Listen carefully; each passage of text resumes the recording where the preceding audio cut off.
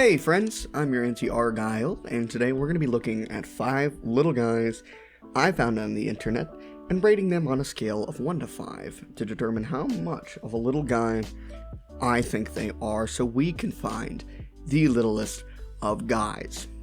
Our rating scale is going to go as follows. They must be 1. Goofy, stupid, or cute looking. 2. Have a quaint backstory. 3. Be more than just an animal or plant but big. 4. Creative or original in some way.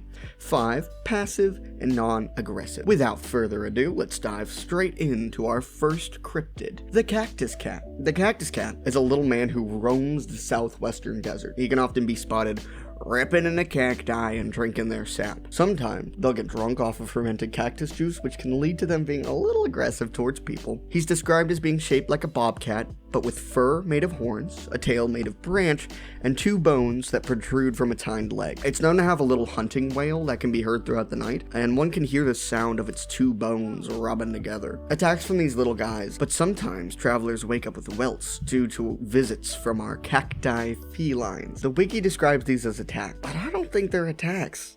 I think that our cacti friends will try to cuddle up with people but accidentally hurt them because of their fur. Very Edward Scissorhands. So I don't think hurting others is their fault. They're just trying to be nice. However, don't mess with the sap from the cacti in the area because this little man will fight you if he sees you doing so. Otherwise, they're seen as docile little guys. These little dudes are so awesome. I love them so much, so let's get into rating them. 1, I think they're very cute. And the bones coming out of their legs, that's just a sick little detail. 2, they're a little man who likes to wander around the desert, ripping apart cacti. That's awesome. 3, they're a unique cat-related creature, but they're not just a big animal. 4, I think all of the physical traits and behaviors of the cactus cat are fun, and I kind of want to run into one. I think I want more cactus cat content. 5, they're mostly passive, and I'd say they're no more dangerous than an average stray cat, which is usually fine to be around so long as you don't mess with him. This dude is awesome. He is more than deserving of a 5 out of 5. Rock on, cactus cat. Rock on. Up next, we have the Canvey Island Monster. Now, the Canvey Island Monster is a creature that washed up on Canvey Island, a town in England, and I will adjust my accent as such. There were only 2 Canvey Island monsters' bodies recovered, one in 1953 and one a year later in 1954. They have ruddy skin, sharp teeth, bulging eyes, and 2 hind legs with 5 claw-like toes.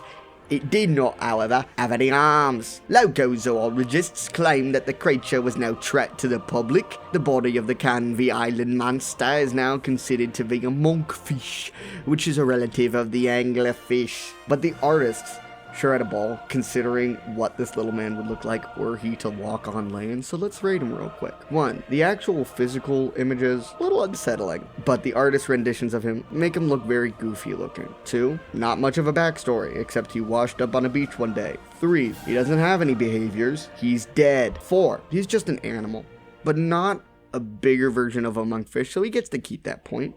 And 5, he was deemed no threat to the public, so that tallies him to a 3 out of 5. Next, we have the caramel creature. Now, the caramel creature is a 7-foot-tall, gray creature with legs that have inverted knees. Spotted on December 12th, 2014, a 60-year-old retired Marine in Carmel, Ohio, minus points from being from Ohio. Fuck Ohio, as Danny DeVito once said. Ohio is the source of all disappointment and grief in America. This creature was spotted when the retired Marine and his wife were driving up over a hill. It's important to me to note that this creature is very similar to the Fresno Nightcrawler. However, unlike the Fresno Nightcrawler, we don't have any footage of the caramel creature, so let's give him a rating. 1, cute little man, he's just the Fresno Nightcrawler but tall. 2, there is nothing of note about his backstory. 3, he's a wanderer. I love cryptids that just wander around. 4, he's theorized to maybe be a bird like a stork, but he isn't described as looking like any particular animal, so he keeps that. 5, he didn't chase the car. I don't think so, at least. So he isn't immediately aggressive. Although he's not the most interesting cryptid, he is cute. And that's the name of the game, so this guy gets a 4 out of 5. The next cryptid on our list is the Dalby Spook. Now, the Dalby Spook, also known as Jeff, the talking mongoose. He's exactly that.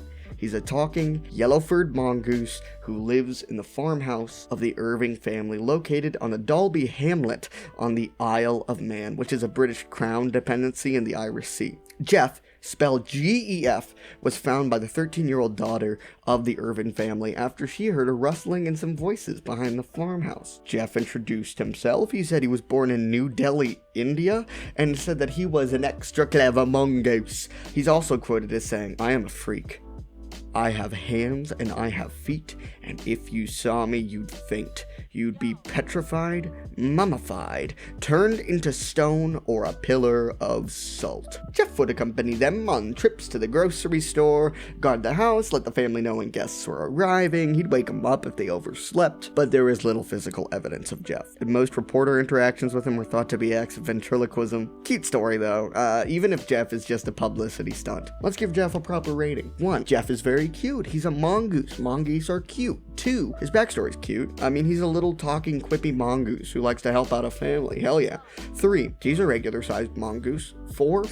Talking animals, not a very new or original concept, so -point for unoriginality. 5. Not only is he not a threat, he's actively helpful. Hell yeah, man. Props to you, Jeff. I have no idea how you made the move from New Delhi to the Isle of Man, but I'm sure it was one hell of a ride. 4 out of 5. Our last cryptid is the Devouring Gourd of Usambara. Now, the Devouring Gourd of Usambara is from Bantu folklore. The Bantu people are an ethno-linguistic group of people who speak Niger-Congo languages in Central and Southern Africa. I might do a later video on notable figures in Bantu folklore, so if that interests you, go ahead and tell me in my humble comment section below. The story of the Devouring Gourd of Usambara takes place in a village near the mountains of Usambara, Tanzania. Shocker.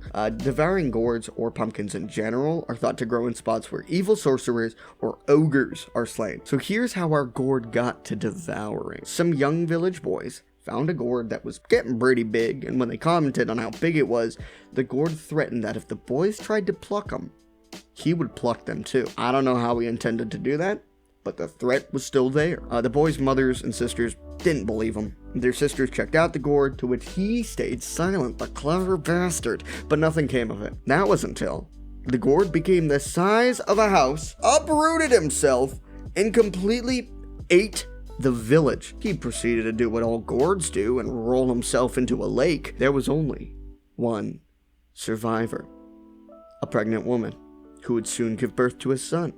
She would raise that son in the ruins of their village.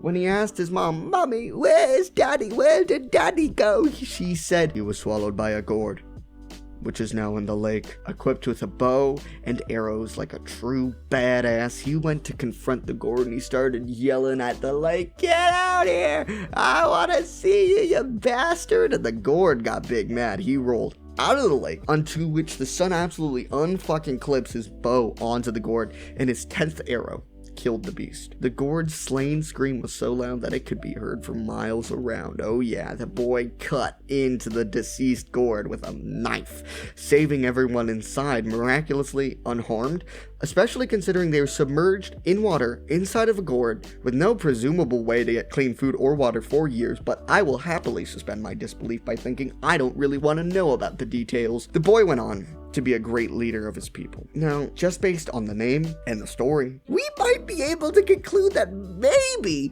the gourd isn't the littlest of guys, both literally and figuratively. He is one, kind of horrifying, but not really. Not really to an extent that makes him super scary, but also not like goofy or stupid. He's a gourd with a mouth. 2, fun story. Cute. 3, not an animal, but a big gourd.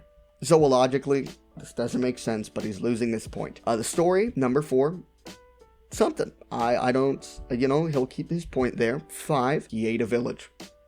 I don't think I need to elaborate any further. So, not really a little guy, but definitely a fun little guy.